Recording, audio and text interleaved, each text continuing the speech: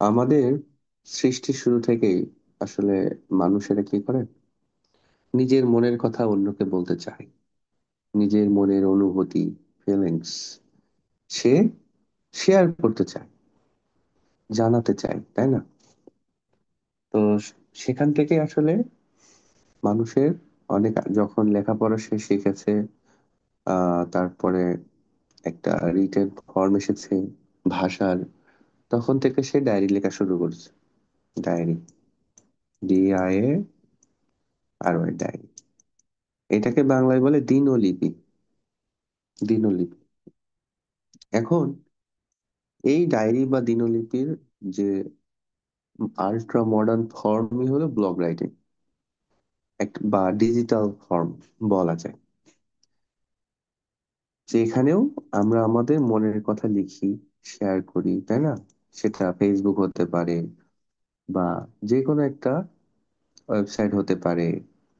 যেমন দেখবা, উম কোরা আছে, তারপরে ফেসবুক, টুইটার, আরো এরকম অনেক আছে, তোমরা জানো, ইনস্টাগ্রাম। তো বিশেষ করে ফেসবুকটা বেশি চলে আমাদের দেশে। তো এখানে মানুষ কিন্তু ব্লগ লেখে। তারপর নিজের নামের কোনো ওয়েবসাইট হতে পারে, যে সেখানে তুমি তোমার মনের কথাগুলো লিখে রাখো। এই যে মনের কথা যে লিখে রাখা ডিজিটাল মাধ্যমে, এটাই হলো ব্লগ রাইটিং। তো এটা তোমরা পরীক্ষায় কিভাবে লিখবে? পরীক্ষা একদম সহজ। এখানে দেখতে পাচ্ছ এক নজরে যে প্রথমে একটা তারিখ দিবা, তারপরে ওয়েবসাইট লিখবা, আর বিষয় দিবা। এই তিনটা বিষয়, জাস্ট তিনটা বিষয়।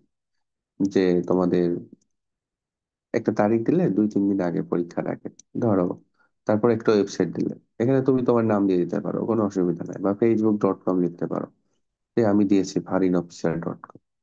আর ধরো একটা প্রশ্ন আসে এরকম, শিক্ষাক্ষেত্রে প্রযুক্তির প্রভাব সম্পর্কে তুমি একটি ব্লগ লিখো। এটা আসতে পারে তোমাদের এই পরীক্ষা, এবার পরীক্ষায়।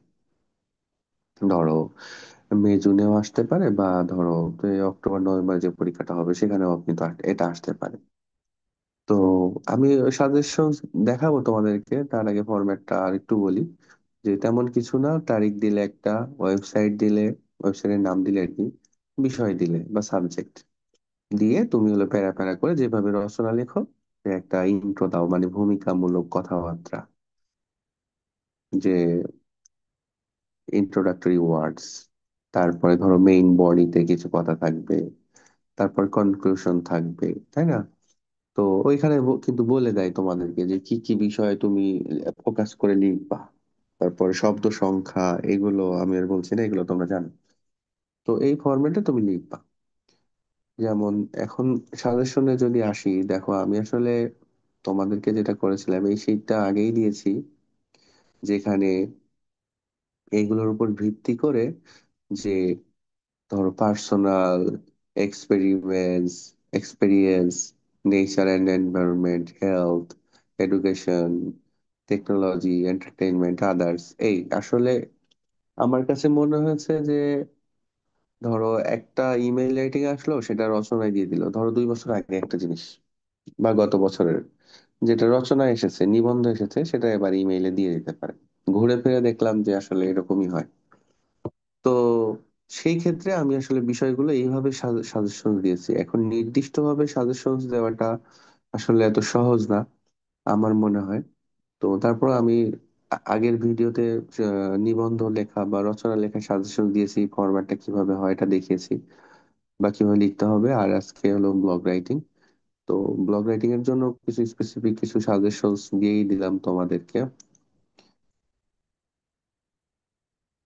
দেখো এইখানে ব্লগ রাইটিং কিরকম আসছে, পাস্ট পেপারস গুলো দেখো, যে স্বাস্থ্য জীবন, চলচ্চিত্র, তরুণ প্রজন্ম, সামাজিক যোগাযোগ মাধ্যম, ডিজিটাল মাধ্যম, মিডিয়া, ফ্যাশন, তরুণ প্রজন্ম, ক্লাসরুমে শেখা বনাম অনলাইনে শেখা, স্কুলের ছাত্রছাত্রীর হোমওয়ার্কের গুরুত্ব, কোচিং সেন্টারের গুরুত্ব, সুবিধা অসুবিধা, এখানে বানান ভুল, আমাদের জীবনে প্রযুক্তির প্রভাব, সুস্থ জীবনযাপন, মানে ঘুরে ফিরে সেই একই কথা, রচনাতে যে সাজেশন দিয়েছিলাম প্রায় এরকম কিছুটা পার্থক্য।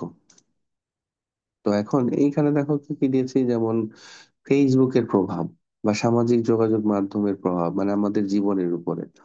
তারপরে AI, এটা তো সব জায়গায় দিচ্ছি, এটা আসলে আসবে, যে কোনো জায়গায় আসবে অবশ্যই।